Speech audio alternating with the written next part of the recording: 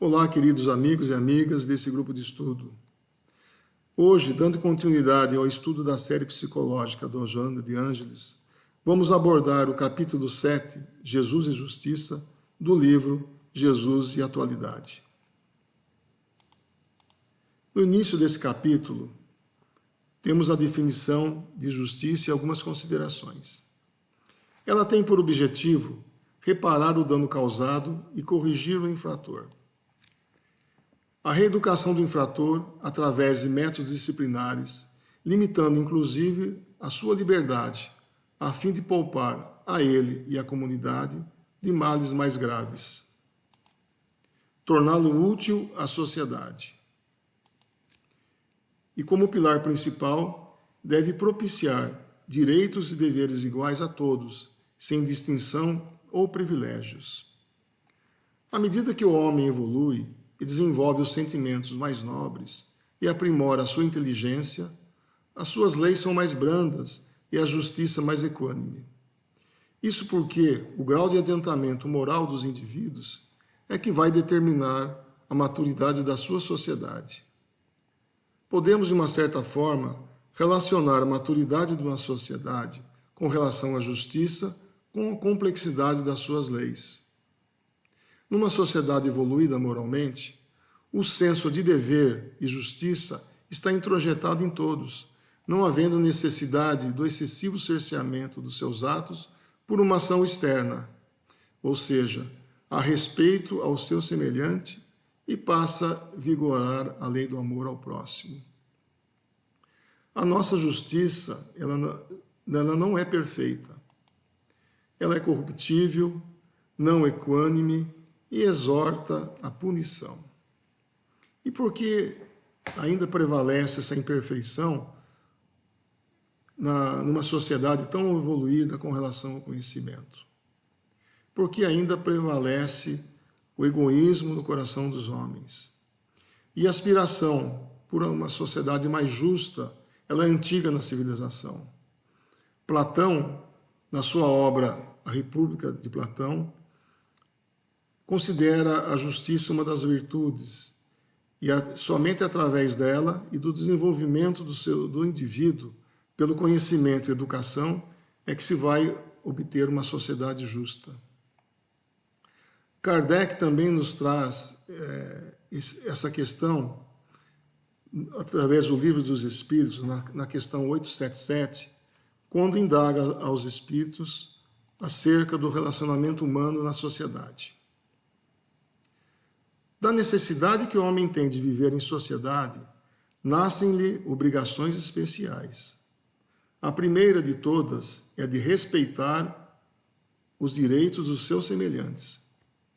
Em vosso mundo, porque a maioria dos homens não pratica a lei de justiça, cada um usa de represárias. Essa é a causa da perturbação e da confusão em que vivem as sociedades humanas.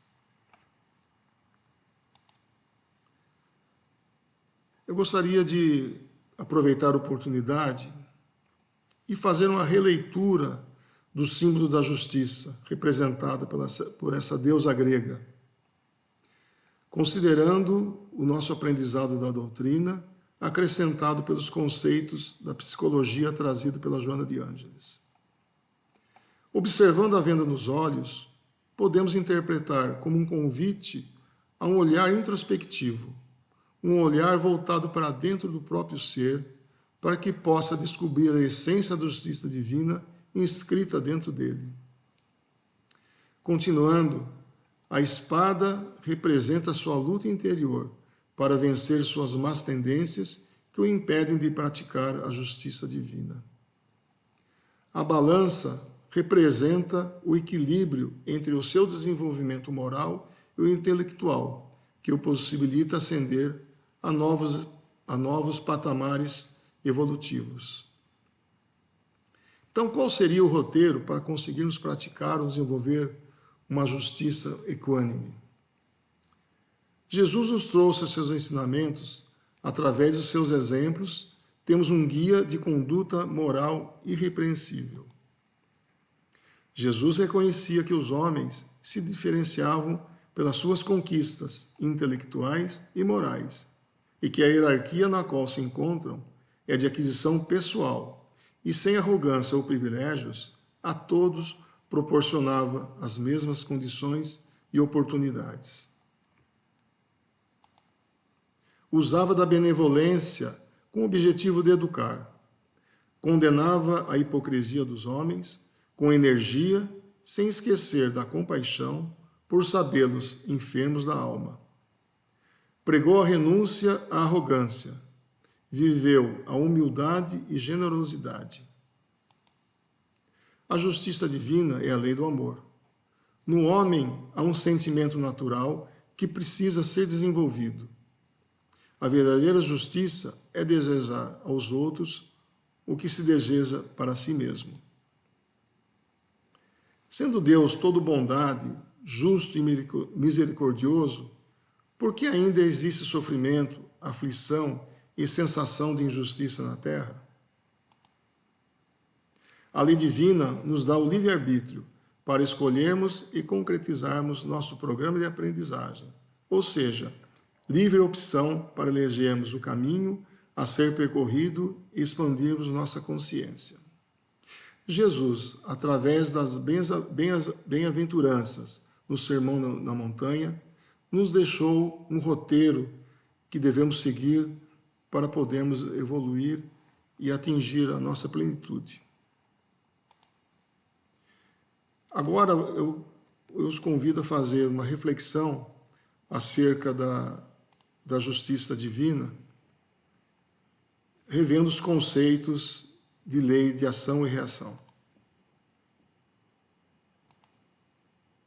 A lei de causa e efeito é uma lei universal. Ela regula tudo o que existe no universo. É uma lei divina que promove o acerto da contabilidade, de débito e crédito da pessoa. É que nós nos responsabilizamos por nossos erros. Isso é muito bom, porque nós aprendemos a tomar decisões corretas e também tomamos consciência que os nossos equívocos ou as nossas escolhas geram consequências que serão boas ou ruins, a depender da escolha que façamos. Esse fenômeno de lidar com a liberdade, ele configura aquilo que em espiritismo se traduz na lei de causa e efeito. Causalidade. Tudo que penso e tudo aquilo que faço determina consequências, determina efeitos. E nós temos na linguagem espírita a lei de causa e efeito, que mostra que cada um recebe segundo suas obras. Nós vemos aí um grau de merecimento, não é? Então a pessoa que está na vida agindo, ela tem livre-arbítrio relativo a que Deus lhe concede, dentro da sua capacidade, ela age livremente e deve conhecer os efeitos do que praticou. Então, eu acho que essa é a beleza do Espiritismo. Ela nos traz essa visão mais sistêmica.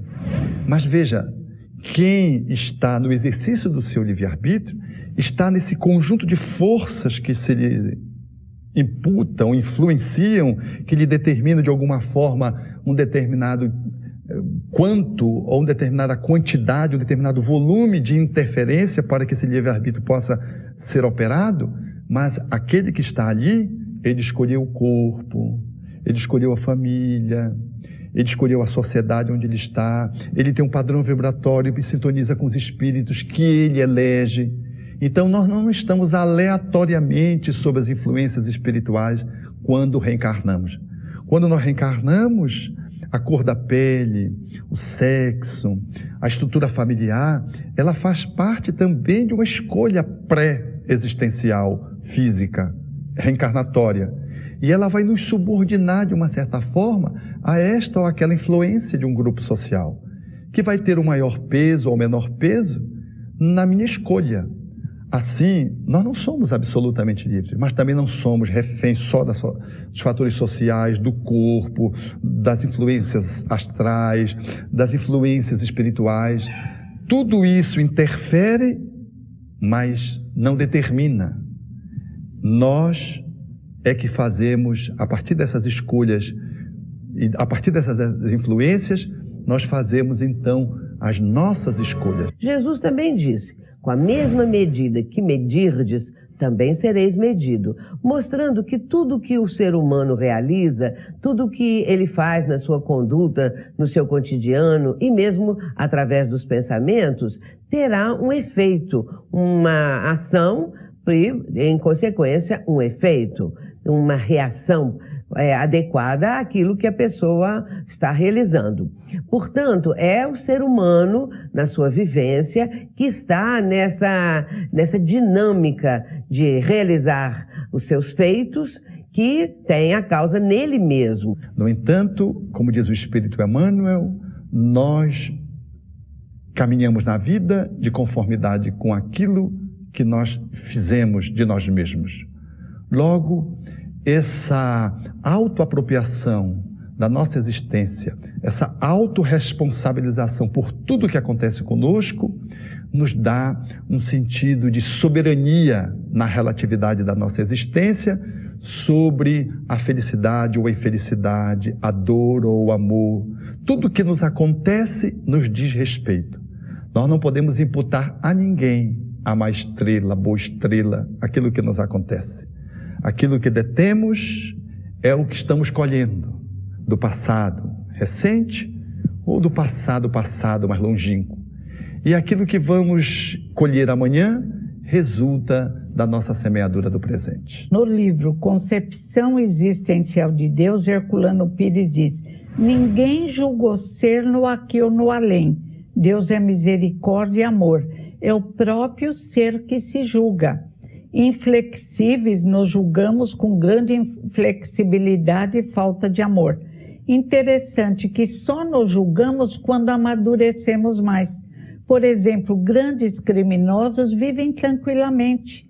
Políticos corruptos, traficantes, até que amadurecendo, vão analisar seus atos. Alguns se desequilibram de tal forma que têm que reencarnar para irem se reequilibrando. Outros fortes, como Paulo de Tarso, que era leal, que errou por ignorância, conseguem manter a coragem, a ousadia no erro e consertá-lo. Por isso o Espiritismo é eloquente, nos dando a responsabilidade pela nossa vida, sem negar essas interferências e dizendo que o amor cobre efetivamente a multidão dos nossos equívocos do passado, na fala de Simão Pedro, na sua epístola no Evangelho, mostrando que aquilo que não está bem, eu posso refazer mediante novas escolhas, considerando que escolhas infelizes foram feitas no passado e que eu estou apenas colhendo os efeitos dela, podendo refazê-las nesse momento. A nossa reeducação à luz do Espiritismo tranquiliza a nossa alma, impede que continuemos a nos castigar, a boicotarmos nossas possibilidades, a caminharmos tranquilo no amar ao próximo como a si mesmo, através do trabalho e do amor.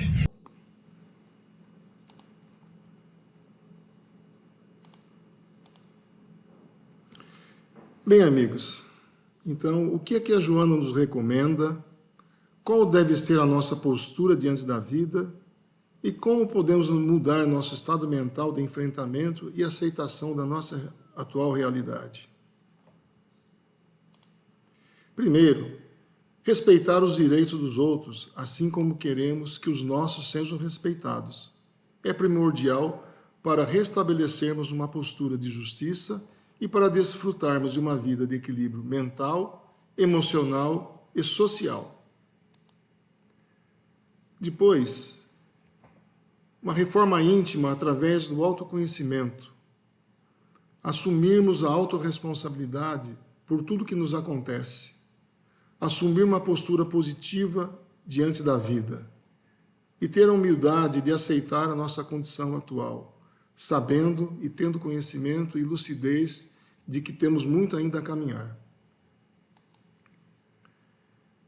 Eu gostaria de ler agora um trecho para vocês do livro Renovando a Atitude, ditado por Hamed, psicografado por Francisco do Espírito Santo Neto, que vem muito do encontro das nossas necessidades e das atitudes que nós devemos assumir no atual momento. Assumir total responsabilidade por todas as coisas que acontecem em nossa vida, incluindo sentimentos e emoções, é um passo decisivo em direção à nossa maturidade e crescimento interior. A tendência em acusar a vida, as pessoas, a sociedade, o mundo, enfim, é tão antiga quanto o gênero humano. E muito de nós crescemos aprendendo a raciocinar assim, censurando todos e tudo, nunca examinando o nosso próprio comportamento, que na verdade decide a vida em nós e fora de nós. As pessoas que acreditam ser vítimas da fatalidade continuam a apontar o mundo exterior como culpado dos seus infortúnios. Recusam absolutamente reconhecer a conexão entre os seus modos de pensar e os acontecimentos exteriores. São influenciadas pelas velhas crenças e se dizem prejudicadas pela força dos hábitos, pelas cargas genéticas e pela forma como foram criadas, afirmando que não conseguem ser e fazer o que querem. Não sabem que são arquitetos do seu destino, nem se conscientizam de que o passado determina o presente, o qual, por sua vez, determina o futuro.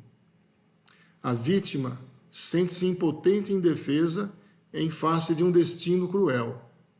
Sem força nem capacidade de mudar, repetidas vezes afirma: eu não merecia isto. A vida é injusta comigo. Nunca lhe ocorrendo, porém, que o seu jeito de ser é que materializa pessoas e situações em sua volta. Defende seus gestos e atitudes infelizes dizendo: meus problemas são causados por meu lar. Os outros sempre se comportam dessa forma comigo. Desconhecem que as causas dos problemas somos nós e que ao renascermos atraímos esse lar para aprendermos a resolver nossos conflitos. São os nossos comportamentos interiores que modificam o comportamento dos outros para conosco. Se somos, pois, constantemente maltratados, é porque estamos constantemente nos maltratando ou maltratando alguém. Ninguém pode fazer-nos agir ou sentir de determinada maneira sem a nossa permissão. Outras pessoas ou situações poderão estimular-nos a ter certas reações, mas somente nós mesmos determinaremos quais serão e como serão essas reações. As formas pelas quais reagimos foram moldadas pelas experiências em várias vidas e sedimentadas pelas forças de nossas crenças interiores, que são mensagens gravadas em nossa alma. Portanto, precisamos assumir o comando de nossa vida e sair do posicionamento infantil de criaturas mimadas e frágeis que reclamam e se colocam como vítimas do destino. Admitir a real responsabilidade por nossos atos e atitudes é aceitar a nossa realidade de vida, as metas que alteram a sina da nossa existência.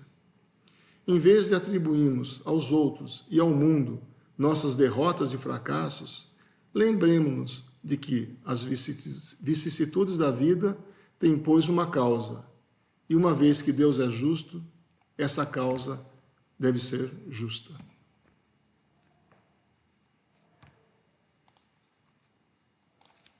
Bem, queridos amigos e amigas, finalizamos assim nosso estudo de hoje. Espero ter contribuído para que possamos, no decorrer da semana, fazermos uma reflexão das nossas imperfeições e como podemos mudar o nosso comportamento e atitudes para que possamos evoluir e contribuir para uma sociedade mais justa. Grato pela oportunidade e até a próxima.